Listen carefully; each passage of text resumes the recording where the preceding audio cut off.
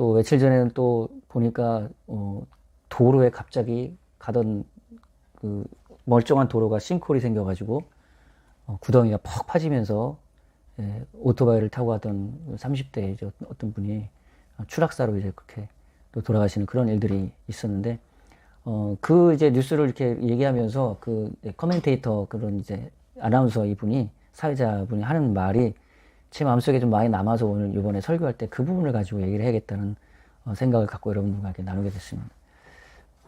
이 이제 갑자기 추락하신 이분이 얼마 전에 이제 아버님이 돌아가시고 이제 어머니와 동생의 그 가족을 이제 생계를 책임지면서 낮에는 회사에서 일하고 밤에는 오토바이 타고 배달 다니면서 일하는 불철주야 가족을 위해서 사셨던 정말 선량한 시민, 선량한 그 아들이고 선량한 시민이죠.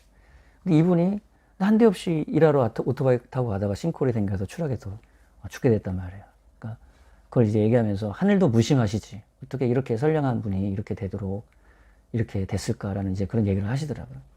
이것이 우리들의 일반적인 생각입니다. 우리가 삶 속에서 성실하게 선량하게 살면 우리 삶 속에서 복이 있고 또 그거에 대한 좋은 일이 일어나야 되는데, 그러면 그렇지 않는 이 세상에서의 삶들이 일어날 때 우리는 하늘의 원망을 한단 말이에요. 하나님이 정말 살아계시다면 왜 이렇게 선량한 사람이, 이렇게 좋은 사람이 이런 재앙과 아픔을 겪게 하시냔 말이에요. 그리고 교회를 다니던 사람들도 그런 경우가 많죠. 교회를 다니다가도 삶 속에 내가 교회 다녔는데, 내가 예수님 믿는다고, 하나님 믿는다고 믿었는데 왜 내 삶 속에서 이런 일이 있느냐, 이것을 우리는 어떻게 해석하느냐는 거예요. 많은 분들은 그런 일이 있을 때 대부분 하나님을 원망하는 경우가 많습니다. 이 사고가 나서 인명 피해가 있고 있던 이런 일들에 대해서 예수님이 하신 말씀이 있어요. 누가복음 13장 1절 5절에서 보면요, 실로암에서 망대가 무너져 치여 죽은 18사람이 예루살렘에 거한 다른 모든 사람보다 죄가 더 있는 줄 아느냐, 너에게 이르노니 아니라 너희도 만일 회개하지 아니하면 다 이와 같이 망하리라. 그러니까 어떤 사람이 그 시대에도 사고가 난 거예요. 실로암이라는 어떤 망대, 큰 어떤 기둥 같은 게 있었는가 봐요. 근데 그게 쓰러져 가지고 18사람이 죽은, 그때 그 당시에 아주 큰 뉴스였던 것 같아요. 우리 9.11 사례 때 그런 것처럼. 거기에 대해서 많은 사람들이 저 죽은 사람들은, 저 사람들은 죄가 있어서 저렇게 사고가 나서 죽은 거야. 우리도 이런 경우가 많죠. 어떤 사람이 사고가 나거나 재앙이 임하면 그게 죄가 있어서 그래. 또 어떤 사람들은 뭐 조상의 그런 뭐 묘를 잘 못 써서 그런 것 같다 해가지고 조상의 묘를 옮기기도 하고, 고사를 지내기도 하고, 구술하기도 하고, 이런 이제 일들이 있잖아요. 근데 이 시대의 사람들은 그 죽은 사람이 죄가 있기 때문에 하나님의 징계와 심판, 이렇게 죽었다, 이렇게 얘기를 했던 거예요. 거기에 대해서 예수님이 뭐라고 하냐면, 그 사람이 죄가 더 있어서 그렇게 사고로 죽은 줄 아느냐, 그게 아니라는 거예요. 특별한 죄가 있어서 그렇게 된 게 아니라 너희도 회개하지 않으면 이같이 망하게 된다라고 하는 얘기는 뭐냐면, 이 세상이 다 이러한 사건과 사고가 끊이지 않는 그러한 세상이라는 거예요. 어떤 사람은 죄가 더 있어서 사건 사고가 겪는 게 아니라, 죄가 많은 사람이든 죄가 덜 있는 사람이든 우리 사람들은 모두 다 하나님 앞에 죄인이니까요. 우리가 죄라고 하면 우리는 죄를 얘기할 때 어떤 윤리적이고 도덕적인 어떤 개념으로 죄를 생각하는 경우가 많아요. 살인하거나 간음하거나 뭐 거짓말하거나, 이런 걸로 생각하는 경우가 많아요. 근데 성경이 말하는 죄는 그것이 아니에요. 그것도 죄의 한 부분이 될 수는 있겠지만은, 성경이 말하는 그런 윤리적이고 도덕적인 것은 죄의 사실은 열매예요, 열매. 근데 죄의 뿌리, 죄의 근원, 뿌리가 어디에 있느냐에 따라서 그 뿌리에 열매가 나오잖아요. 포도나무는 포도나무 열매를 맺듯이 그 죄인이라고 하는 뿌리, 그 죄의 뿌리는 하나님을 떠난 것을 얘기한단 말이에요. 하나님을 떠나 있는 상태. 아무리 윤리적으로 도덕적으로 잘 사는 것 같지만 그 사람이 하나님과 떠나 있는 상태라는 얘기는 하나님과 관계가 없는 상태라는 얘기예요. 하나님과의 관계와 교제가, 하나님과 관계 교제가 없는 게 하나님 떠난 거잖아요. 그 사람이 어떤 사람과 떠나면 관계성이 끊어져 버리잖아요. 그 관계가 하나님을 떠난 상태가 바로 죄고, 그러한 사람들의 열매가 윤리적이고 도덕적인 어떤 그런 결과로 나올 수 있다는 것이죠. 그래서 하나님을 떠나 있는 이 세상 속에서 살아가면은 죄가 더 많은 사람이나 죄가 덜 있는 사람이나 상관없이 이런 사건, 사고가 끊이지 않는다는 거예요. 그러니까 이 세상 살아가면서 하나님을 떠난 상태에서 살아가는 사람들이 얼마나 위험한 세상 속에서 살아가고 있는가. 이런 사건, 사고가 나에게도 언제든지 닥칠 수 있다는 것을 우리는 이해하는 거예요. 심지어 우리가 예수를 믿고 하나님 안에 있는 사람이라 할지라도 이 세상에서 살아가는 가운데 있다면은 이런 사건과 사고가 끊임없이 올 수 있다는 것을 우리는 알아야 되는 거예요. 세상이 그렇기 때문에 그런 거예요. 사단에 의해서 사건, 사고가 올 수도 있고, 사람에 의한 인재도 올 수도 있고, 자연의 재해를 통해서도 올 수 있고, 그 배후에서 역사는 사단의 역사로도 올 수 있는 것이죠. 그것이 욥의 사건을 통해서 의인이라 할지라도, 하나님 안에 있는 사람일지라도 그러한 재난과 재앙을 겪을 수 있다라는 것을 성경은 얘기하고 있잖아요. 그러나 하나님 안에 있는 사람과 떠나 있는 사람의 차이는, 하나님 안에 있는 사람은 그것을 통해서 더 하나님을 알게 하고 경험하게 하고 그 연단을 통해서 정금과 같은 믿음으로 나오도록 하나님께서 그것을 또한 사용하시는 것이죠. 그러나 하나님이 떠나 있는 상태에서 오는 모든 사건과 사건은 하나님을 떠난 상태에서 오게 되는 그러한 재앙의 결과라는 것이에요. 그것이 이 사람은 더 미워하고 이 사람은 더 좋아하고 그런 개념이 아니라는 거예요. 그래서 하나님은 하나님을 떠난 세대에게 말하는 거예요. 회개하라는 거예요. 회개하라는 거예요. 회개하지 않으면 망하기 때문에 회개하라는 거예요. 여기서 회개하라는 것은 하나님께 돌아오라는 겁니다. 내가 이런 윤리적이고 도덕적이고 거짓말했고 이런 간음을 했고 이런 죄를 자백하는 것, 우리는 그런 식으로 회개를 이해하는데 그거는 죄에 대한 자백이고 회개의 한 부분이에요. 진정한 회개, 원회개의 의미는 돌아오라는 거예요. 하나님을 떠난 우리가, 여러분이, 우리 인류가 하나님께 돌아오라는 겁니다. 하나님과 관계와 교제 안으로 들어오라는 거예요. 그러면 산다는 겁니다. 그런데 하나님께 돌아오려고 하는데도 하나님께 돌아올 때 내가 이미 하나님을 떠나서 지었던, 하나님을 떠나서 오게 된 죄의 결과가 있는데 그것이 해결이 안 되면 하나님께 돌아올 수가 없는 거예요. 그래서 예수님은 아들 독생자 예수 그리스도를 우리에게 주셔서 하나님의 세상을 이처럼 사랑하셔서 독생자 예수를 주셔서 그 예수 그리스도를 통해서 우리가 당해야 될 죄에 대한 결과를 그가 당함으로 우리의 죄의 문제를 해결해 주셨단 말이에요. 죄의 담을 허물어 버렸단 말입니다. 그래서 우리가 하나님께로 돌아올 수 있는 길이, 하나님께 돌아올 수 있는 새롭고 산 길이 열린 것이에요. 그 예수께 올 때, 하나님께 돌아올 때, 그 예수님은 그가 흘려주신 피로 여러분의 죄의 모든 그 허물과 그 죄의 결과를 씻어주셔서 죄로 인해서 오게 된 저주와 사망의 문제를 예수님이 십자가에서 해결해 주셨기 때문에 우리는 하나님의 임재 가운데로 예수를 통해서 나올 수 있다는 겁니다. 하나님께 돌아오십시오. 회개라는 하나님께 돌아오십시오. 그러면 여러분의 삶에 하나님이 예비하신 놀라운 계획과 그 생명과 축복이 여러분에게 이루어질 것입니다. 하나님의 나라가 여러분에게 이루어질 것입니다. 그리고 우리가 본문에 읽었던 예레미야서에서 하나님이 이런 또 얘기를 하셔요. 하나님의 손 안에 있는 토기가 하나님의 주권 가운데 있기 때문에 어떤 사람은 하나님의 토기장애로 인해서 멸망받을 사람은 멸망받을 그런 운명이 있고, 그리고 어떤 사람은 축복받을 그런 하나님의 주권 가운데 있기 때문에 축복받고, 이 토기장의 비를 통해서 하나님의 주권을 강조하는 그런 해석을 우리는 많이 들어왔습니다. 하나님의 축복과 저주는 하나님의 손 안에 있다는 거예요. 하나님의 주권에 있다는 거예요.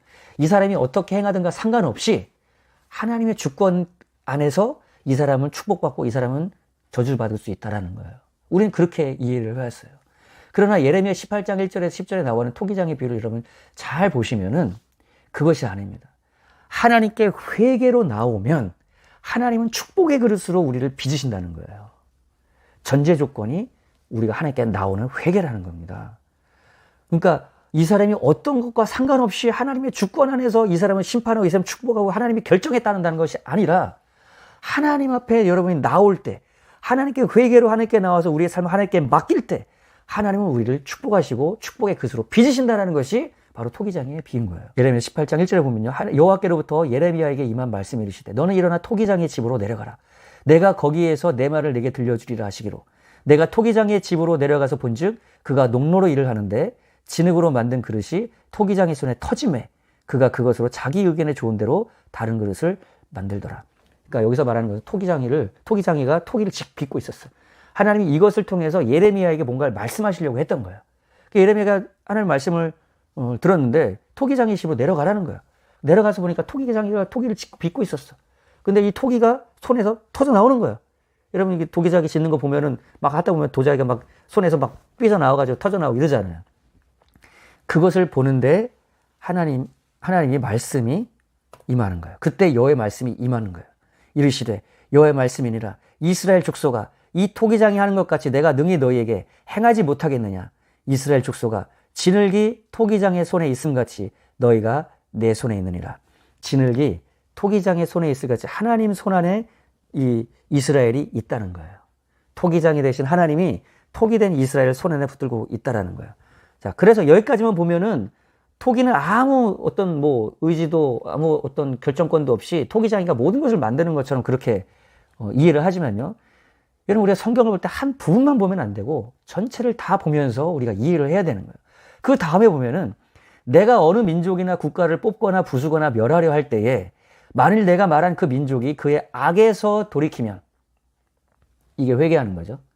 하나님을 떠난 그 악에서 돌이켜서 하나님께 돌아오면 내가 그에게 내리기로 생각하였던 재앙에 대하여 뜻을 돌이킨다는 거예요. 하나님 놀라운 건요. 사람이 회개하면 사람이 생각을 바꿔서 하나님께 돌아오면 하나님도 생각을 바꾼다는 거예요. 우리가 하나님의 생각을 바꿀 수 있다는 겁니다. 이 사람이 하나님을 떠나서 악을 행하는 그 악 때문에 심판하려고 하는데 이 사람이 생각을 바꿔서 하나님께 돌아오면 하나님이 내리기로 했던 그 심판에 대한 생각을 바꾼다는 거예요. 재앙에 대해 뜻을 돌이키겠고 내가 어느 민족이나 국가를 건설하거나 심으려 할 때에 만일 그들이 나 보기에 악한 것을 행하여 내 목소리를 청종하지 아니하면 그에게 유익하게 하리라고 한 복에 대하여 뜻을 돌이킨다는 거예요. 이 사람을 축복하기로 결정을 했어요. 왜냐하면 이 사람이 하나님께 믿음으로 나왔어요. 이스라엘처럼. 여러분 이 말씀의 컨텍스트는 예레미야서란 말이에요. 예레미야가 어떤 시대의 선지자입니까? 이스라엘 남유다의 마지막 선지자란 말이에요. 하나님이 이스라엘 백성들에게 모세를 통해서 그들을 부르시고 시내산에서 언약을 맺었어. 그들에게 약속의 땅을 주시겠다고 약속하셨어. 그가 언약을 지키고 그리고 그 목소리에 청종하면 제사장 나라 내 소유가 되겠다고 약속하셨어요. 그래서 그 약속을 따라서 다윗 시대에 온 이스라엘을 다 정복하고 솔로몬 시대에 성전을 지었단 말이에요. 하나님의 약속과 그 언약이 이루어졌다는 말이에요. 하나님의 영광이 임했단 말이에요. 그런데 그들이 하나님의 목소리를 청종하지 아니하고 하나님 말씀을 떠나기 시작했단 말이에요. 언제부터요? 솔로몬 다신부터. 그 성전, 영광스러운 성전을 지었던 솔로몬 시대 때부터 하나님의 음성을 안 듣고 이쪽 한쪽 편에서는 제사를 지냈지만 예배를 드렸지만 한쪽 편에서는 우상 숭배를 하는 그런 일들을 악행을 계속 행하고 있었단 말이에요. 거기에 대해서 돌이키지 아니하면 하나님이 솔로몬에게 2번이나 경고하고 얘기했지만 솔로몬은 그 음성을 듣지 아니했단 말이에요. 그랬더니 어떤 일이 벌어져? 하나님이 그에게 주시기로 한 그 약속에 대해서 그 복의 축복에 대해서 하나님의 뜻을 돌이킨단 말이에요. 생각을 바꾸신단 말이에요. 여러분 이런 패턴을 여러분 잘 이해하셔야 됩니다. 저는요 영국에서 이제 사역할 때 어마어마한 그런 예언과 그 약속의 그 말씀을 들은 분들을 종종 만나는 경우가 있었어요. 이런 예언의 말씀을 들었다는 거예요. 하나님이 이렇게 축복하시기로 나에게 말씀하셨다는 거예요. 근데 이분이 10년, 20년 거의 시간이 지났는데도 이 말씀이 이루어지지를 않는 거예요. 그리고 어떤 교회에 대해서도 어떤 교회에 이런 말씀을 하셨대. 이런 약속을 주셨대. 근데 그 약속과 그 말씀이 그 교회에서 이루어지지를 않는 거예요. 왜 그런가? 여러분 여기에 대해서 사람들은 이것을 운명이라고 생각을 해요. 하나님이 이렇게 말씀하셨기 때문에 운명적으로 하나님은 모든 걸 하실 수 있는 능력이 있으신 분이시잖아요. 나에게 그런 말씀을 하셨고 약속을 하셨기 때문에 그 약속은 반드시 이루어진다는 거야. 내가 뭘 해도. 그럼 성경을 보십시오. 성경의 패턴이 그렇습니까? 아니에요. 여러분 이것이 하나님의 주권과 능력을 약화시키는 것이 아닙니다. 여러분 성경을 잘 보시면은 하나님은 sovereign will이 있어요. 주권적인 그분의 뜻이 있어요. 절대 변하지 않는 그분의 뜻이 있어요. 이것은 우리가 무슨 일을 어떻게 하든 간에 하나님의 뜻은 반드시 이루어집니다. 예를 들어서 예수님의 초림, 예수님의 재림, 그리고 마지막 계시록 19장에 나오는 마지막 백보자의 심판. 이것들은 하나님의 주권적인 뜻이에요. 이것은 우리가 뭘 어떻게 하든 간에 바꿀 수 있는 게 아니에요. 주의 재림을 우리가 바꿀 수 있는 게 아니에요. 이것은 주님의 주권적인 뜻입니다. 그러나 주님의 선택적인 의지와 뜻도 있어요. 조건부란 말이에요. 출애굽기 19장에 이스라엘이 하나님과 언약을 맺을 때 그 축복은 조건부 축복이에요. 그들이 하나님의 음성을 듣고 그 언약에 신실하면, 그러면 그들을 하나님은 소유 삼고 제사장 나라로 만들어 쓰시겠다라는 거예요. 여러분, 어떤 사람이 선교사로 목회자로 부름을 받았습니다. 하나님이 그렇게 부르셨어요. 처음에 그렇게 하려고 하나님께 결단도 했어요. 그러나 그 뜻을 그 사람이 저버리고 하나님이 그렇게 약속을 하셨기 때문에 그 하나님 말씀 앞에 나오지 않는 그 사람을 운명적으로 그 사람을 하나님이 쓰실까요? 그 사람을 그렇게 약속하신 대로 축복하실까요? 성경에 보니까 그러지 않잖아요. 내가 목소리를 청정하지 아니하면 내가 그에게 유익하게 하리라고 한 복에 대해서도 뜻을 돌이킨다는 거예요. 여러분, 우리의 삶은 운명이 아닙니다. 하나님은 이 토기장의 비유를 통해서 그걸 말씀하시는 거예요. 이 토기가 토기장의 손에서 회개라고 하는 하나님께 나아오는, 하나님께 돌아오는, 하나님의 뜻에 반응하는 그러한 선택과 삶을 추구하고 나올 때에 하나님은 그 토기를 너무나 우아하고 아름답게 그분의 계획대로 빚어가시겠다는 거예요. 여러분이, 저와 여러분이 하나님의 부르심에, 하나님의 그 목소리에 청종하고 그 말씀 앞에, 그 인도하심 앞에 순종하며 그 말씀을 따를 때에 하나님은 우리의 삶을 너무나 영화롭고 영광스럽고 멋지고 위대하게 우리의 삶을 만들어 가신다는 겁니다. 그것이 이스라엘을 통해서 우리에게 말씀하시는 바였다는 거예요. 그런데 어땠습니까? 이스라엘은 무엇을 택했습니까? 그러므로 이제 너는 유다 사람들과 예루살렘 주민들에게 말하여 이르기를 여호와의 말씀에 내가 너희에게 재앙을 내리며 계책을 세워 너희를 치료하노니 너희는 그 악한 길에 돌이키며 너희 길과 행위를 아름답게 하라 하셨다라. 그러나 그들이 말하기를 이는 헛되니 우리는 우리의 계획대로 행하며 우리는 각기 악한 마음이 완악한 대로 행하리라 하느니라. 하나님은 그렇게 말씀하시고 부르셨단 말이에요. 그 악한 길에서 하나님을 떠나서 네 고집대로 살아가는 길에서 돌이키라고 말씀해 주셨단 말이에요. 너의 길과 행위를 아름답게 하라고 말했단 말이에요. 어떻게? 하나님께 돌아오면 하나님이 우리의 삶을 아름답게 만들어 주시겠다는 거예요. 그런데 그들이 말하기를 이는 헛되니. 아니야. 그건 힘들어. 그렇게 해봐야 아무 소용없어. 내 계획대로 행하며 각기 악한 마음이 완악한 대로 행하려. 내 계획대로 하는 그 완악한 내 마음과 생각과 고집을 이스라엘은 꺾지 않았다라는 거예요. 여러분, 회개는 무엇입니까? 하나님의 생각을 받아들이는 것입니다. 회개는 무엇입니까? 내 계획을 버리고 하나님의 계획을 받아들이고 따라가는 거예요. 그럴 때 하나님은 하나님의 놀라운 계획을 여러분을 통해서 이루어 주시겠다는 것입니다. 할렐루야! 하나님의 위대한 계획을 여러분 통해서 나타내시겠다는 거예요. 여러분, 제가 청년 때 수많은 사람들이 하나님 앞에 목회자로 삶을 드리고 선교사로 삶을 드리고 그리고 하나님의 부르심을 주시고 하나님이 위대한 약속과 축복도 하시겠다고 말씀하시고 그것에 감격에 대해서 하나님께 막 일어나고 했던 그런 삶을 살았던 분들이 너무나 많았단 말이에요. 저를 포함해서.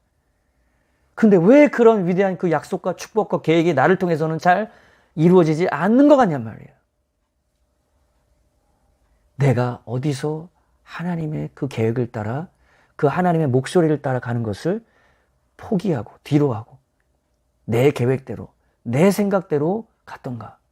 우리는 그곳으로 돌아가 하나님의 목소리를 듣고 하나님의 목소리를 따라 우리의 삶을 다시 시작하는 것입니다. 하나님은 그러할 때 우리의 삶을 놀랍게 축복해 가실 것이란 말이에요. 그럼 우리의 삶 속에서 어떻게 하나님의 계획이 우리의 삶 속에 이루어지게 하는가? 우리의 삶, 우리의 인생, 우리의 운명은 엄밀히 말하면 근원적인 본질적으로는 하나님이 우리를 만들어 가시지만 엄밀히 말하면 우리의 인생은 또한 우리가 만들어가는 거예요. 하나님은 여러분의 삶을 놀랍고 위대하게 아름다운 토기로 빚어가기를 원하신단 말이에요. 그러나 내가 고집을 부리고 내가 거부하면 하나님은 만들어 가실 수가 없어요. 그냥 추악의 토기가 파괴되어 가도록 내버려둘 수밖에 없는 거예요. 그러나 내가 내 그 삶을 하나님께 맡길 때, 하나님의 손에 내 삶을 맡길 때, 그분의 음성과 그분의 부르심을 따라 내가 순종하며 나아갈 때 위대하고 아름답게 빚어갈 거란 말이에요. 내 속에서 어떻게 우리 하나님은 나의 삶을 인도해 가느냐? 성령님이 그 일을 이루기 위해서 우리 안에 와 계세요. 성령님의 목소리, 성령님의 감동을 따라 여러분 가시란 말이에요. 성령의 감동과 성령의 목소리를 무시하지 말아야 된단 말이에요. 사람들이 말하는 것이 아니에요. 내 생각을 따라 살아가는 것이 아니에요. 내 속에서 이스라엘 백성들에게는 선지자를 통해서 말씀해 오셨지만 그 선지자의 가운데 역사하시고 말씀하셨던 선지자의 영인 성령님이 이제는 모든 사람들에게, 예수를 믿고 예수와 연합한 모든 사람들에게 임해 계시단 말이에요. 그 성령님이 여러분 안에서 우리의 삶을 인도해 가신단 말이에요. 여러분, 성령님의 목소리와 감화 감동과 인도하심을 따르시기를 바랍니다. 제가 삶 속에 성령의 인도를 따랐을 때 그 성령님은 항상 저의 삶을 책임지셨어요. 그 가운데 하나님의 역사를 항상 경험하게 하셨어요. 영국에 처음 갔을 때도 성령의 감동을 따라갔고, 그 감동을 따라갔을 때 저의 모든 재정적인 문제와 삶의 환경들을 채워가셨어요. 교회를 만나게 하시고 동역자를 만나게 하셨어요. 그리고 그 목소리를 따라갔을 때 온 가족이 다 구원을 경험하게 하셨어요. 그 목소리를 따라갔을 때, 그 목소리를 따라 그 감동을 따라갔을 때 아프리카에서 죽을 뻔했지만은 하나님은 또한 살 수 있는 길을 열어주셔서 저의 모든 삶을 역전시켜 주시더라는 거예요. 성령의 감동을 따라서 저는 한국에 돌아왔고 동탄 왔고 지금 교회 개척을 향해서 또 나아가고 있단 말이에요. 성령의 감동을 따라갈 때 하나님은 반드시 우리의 삶을 책임지시고 그 삶 속에서 하나님의 영광을 나타내실 것입니다. 여러분, 하나님의 위대한 계획이 여러분의 삶에 나타나도록, 하나님의 선하신 계획이 내 삶 속에서 경험되도록 하는 삶, 하나님께 돌아와 회개하여 내 생각과 계획을 버리고 하나님께 돌아와 하나님의 그 목소리를, 성령을 통해 주시는 성령의 감화 감동과 인도를 따라 하나님의 역사와 그 영광을 펼쳐가고 그 영광을 나타내는 그러한 저와 여러분 되시기를, 그러한 킹스게이트 교회, 하나님의 영광의 하나님의 그 왕 되신 하나님이 행차하시고 나타내시고 그분의 역사를 이루시는 그러한 교회가 되기를 또한 주님의 이름으로 축원합니다.